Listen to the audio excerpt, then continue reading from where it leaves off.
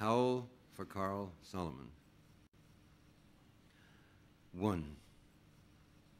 I saw the best minds of my generation destroyed by madness, starving, hysterical, naked, dragging themselves through the Negro streets at dawn looking for an angry fix,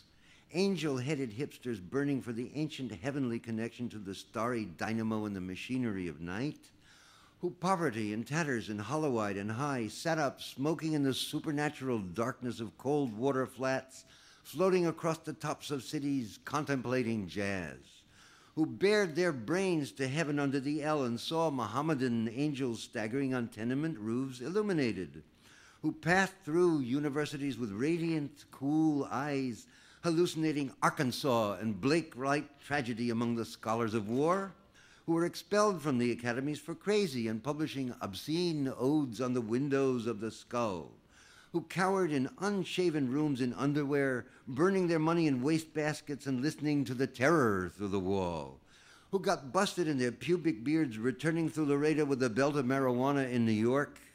who ate fire in paint hotels or drank turpentine in Paradise Alley death, or purgatoried their torsos night after night with dreams, with drugs, with waking nightmares, alcohol and cock and endless balls, incomparable blind streets of shuddering cloud and lightning in the mind leaping toward poles of Canada and Patterson, illuminating all the motionless world of time between, peyote solidities of halls, backyard green tree cemetery dawns, wine drunkenness over the rooftops, storefront burrows of tea-head joyride neon blinking traffic light,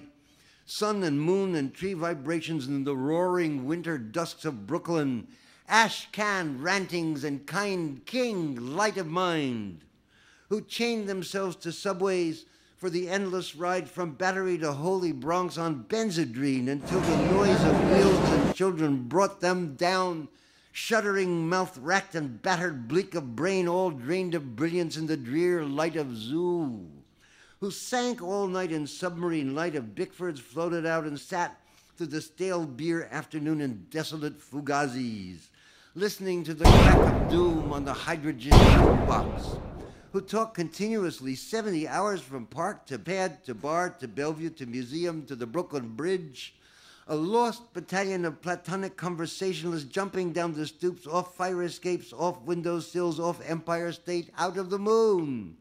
Yakety-yakking, screaming, vomiting, whispering, facts and memories and anecdotes and eyeball kicks and shocks of hospitals and jails and wars. Whole intellects disgorged in total recall for 7 days and nights with brilliant eyes, meat for the synagogue cast on the pavement, who vanished into nowhere Zen, New Jersey, leaving a trail of ambiguous picture postcards of Atlantic City Hall, suffering eastern sweats and Tangerian bone grindings and migraines of China under junk withdrawal in Newark's bleak furnished room, who wandered around and around at midnight in the railroad yard wondering where to go and went, leaving no broken hearts, who lit cigarettes in boxcars, racketing through snow toward lonesome farms in grandfather night, who studied Plotinus, Poe, St. John of the Cross, telepathy, and Bop Kabbalah, because the cosmos instinctively vibrated at their feet in Kansas, who loaned it through the streets of Idaho seeking visionary Indian angels who were visionary Indian angels,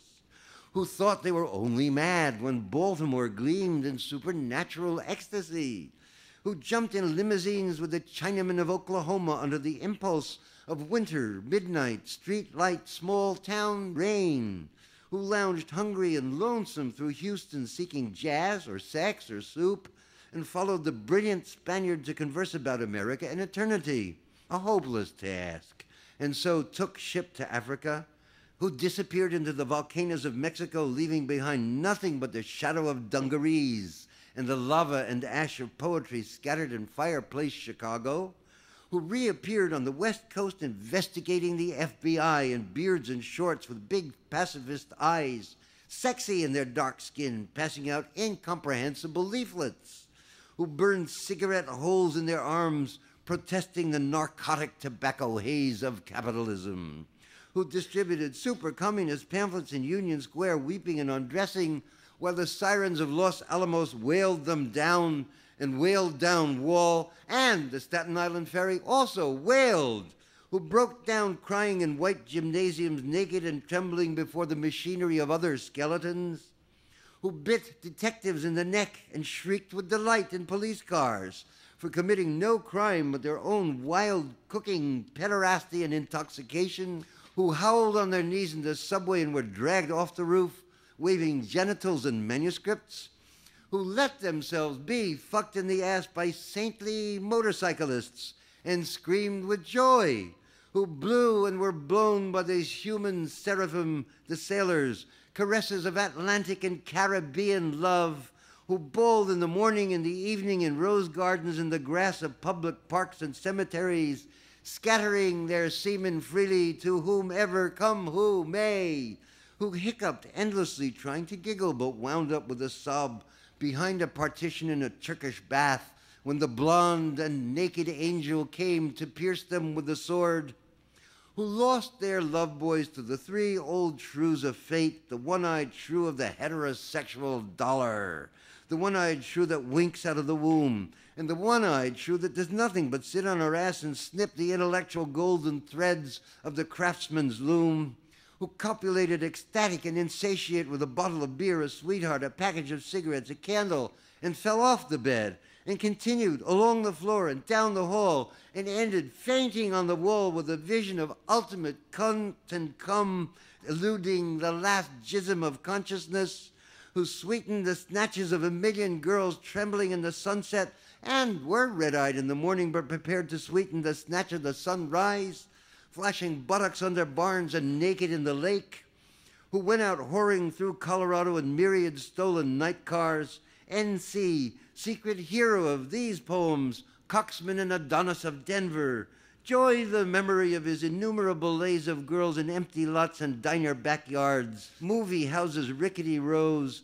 on mountaintops in caves or with gaunt waitresses in familiar roadside lonely petticoat upliftings, and especially secret gas station solipsisms of John's and hometown alleys too, who faded out in vast sordid movies, were shifted in dreams, woke on a sudden Manhattan, picked themselves up out of basements hung over with heartless Tokay and horrors of Third Avenue iron dreams, and stumbled to unemployment offices, who walked all night with their shoes full of blood on the snowbank docks, waiting for a door in the East River to open to a room full of steam, heat, and opium, who created great suicidal dramas on the apartment cliff banks of the Hudson under the wartime blue floodlight of the moon, and their heads shall be crowned with laurel in oblivion, who ate the lamb stew of the imagination or digested the crab at the muddy bottom of the rivers of Bowery, who wept at the romance of the streets with their pushcarts full of onions and bad music, who sat in boxes breathing in the darkness under the bridge and rose up to build harpsichords in their lofts, who coughed on the 6th floor of Harlem, crowned with flame under the tubercular sky, surrounded by orange crates of theology, who scribbled all night, rocking and rolling over lofty incantations, which in the yellow morning were stanzas of gibberish, who cooked rotten animals, lung, heart, feet, tail, borscht, and tortillas, dreaming of the pure vegetable kingdom, who plunged themselves under meat trucks looking for an egg, who threw their watches off the roof to cast their ballot for eternity outside of time, and alarm clocks fell on their heads every day for the next decade, who cut their wrists 3 times successively, unsuccessfully, gave up, and were forced to open antique stores where they thought they were growing old and cried, who were burned alive in their innocent flannel suits on Madison Avenue amid blasts of leaden verse, and the tanked-up clatter of the iron regiments of fashion, and the nitroglycerin shrieks of the fairies of advertising, and the mustard gas of sinister, intelligent editors, or were run down by the drunken taxicabs of absolute reality,